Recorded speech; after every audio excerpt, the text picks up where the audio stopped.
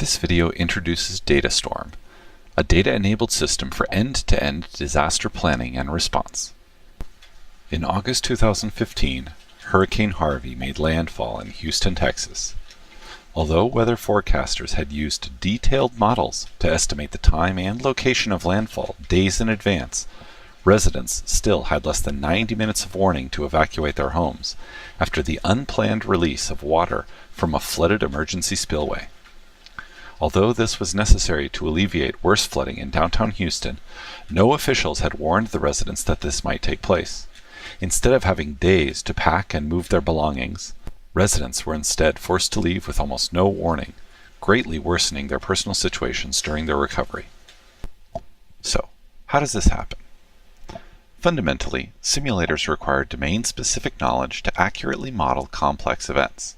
However, distinct but related events, such as hurricanes and floods, are affected by each other, but rarely modeled together due to their specialized natures.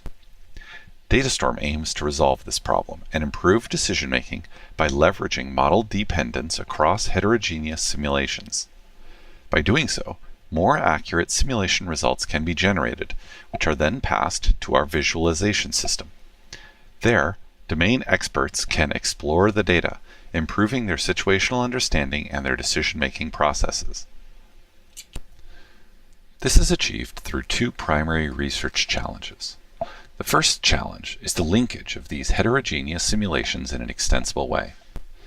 DataStorm addresses this problem by introducing a novel model framework called the DS Actor, which can be used to adapt any spatiotemporal model to a common format. These DS Actors are then linked up using a management layer built on top of the Kepler scientific workflow system, which manages the generation and flow of results, allowing the models to link together. The second challenge requires us to visualize these improved results. Let's take a closer look at that now. Here we can see the initial visualization landing screen. In the center is the overview of the simulated disaster area, with all data layers engaged. Here there are 4, but this will vary depending on the complexity and configuration of the simulation ensemble. The first layer is rain, which is represented by the heat map of intensity. You can see the legend here and a histogram of values here. The second layer is flooding. Here, because flooding is primarily represented by a heat map, it has chosen to use its secondary fallback visualization, since the heat map is already being visualized by rain. In this case, that's represented by these dark squares, indicating cells which are above a user-specified flooding threshold.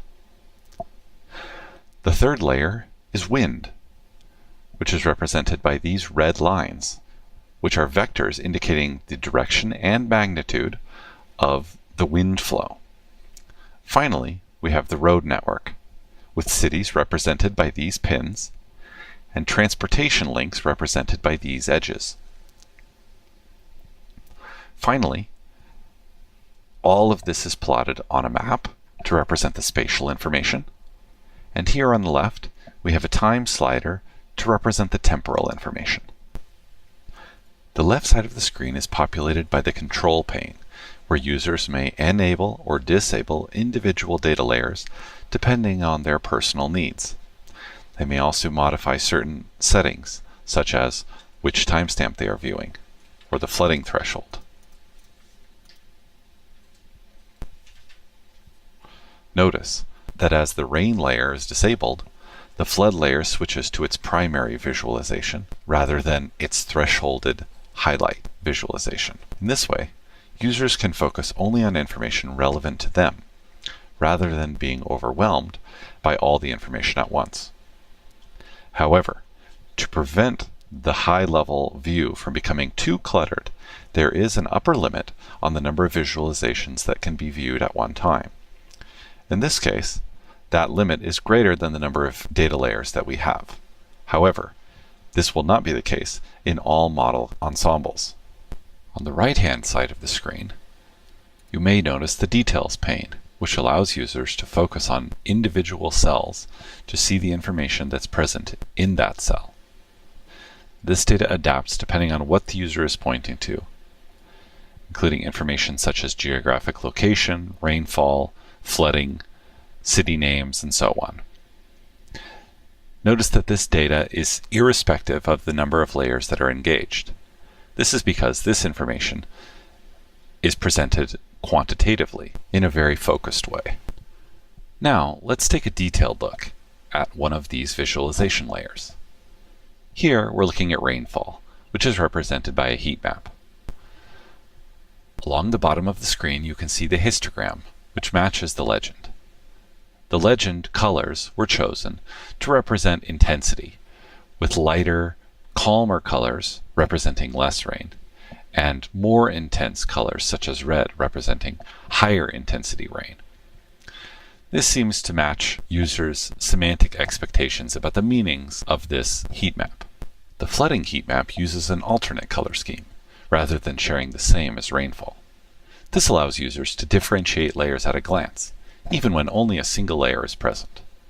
This blue and red scheme was adopted after our initial approach, which relied on varying opacities of blue, made differentiating flood levels difficult, especially when combined with other layers. The blue represents small, innocuous puddles, while the more reddish hues represent more threatening, deeper water. For wind, direction and magnitude are more semantically meaningful than the color. Finally, the road network is represented by pins for the cities and edges for the roads. Notice that the edges are straight line connections. We intend to convert these to vectorized paths eventually, but the model that we're using requires OpenStreetMap data, which we had difficulty integrating with the Google Maps API. This video has provided a brief introduction to the DataStorm system, as well as a brief tour of its visualization engine. For more information about the system, please refer to the accompanying project report, which provides a more in-depth discussion of this work. Thank you.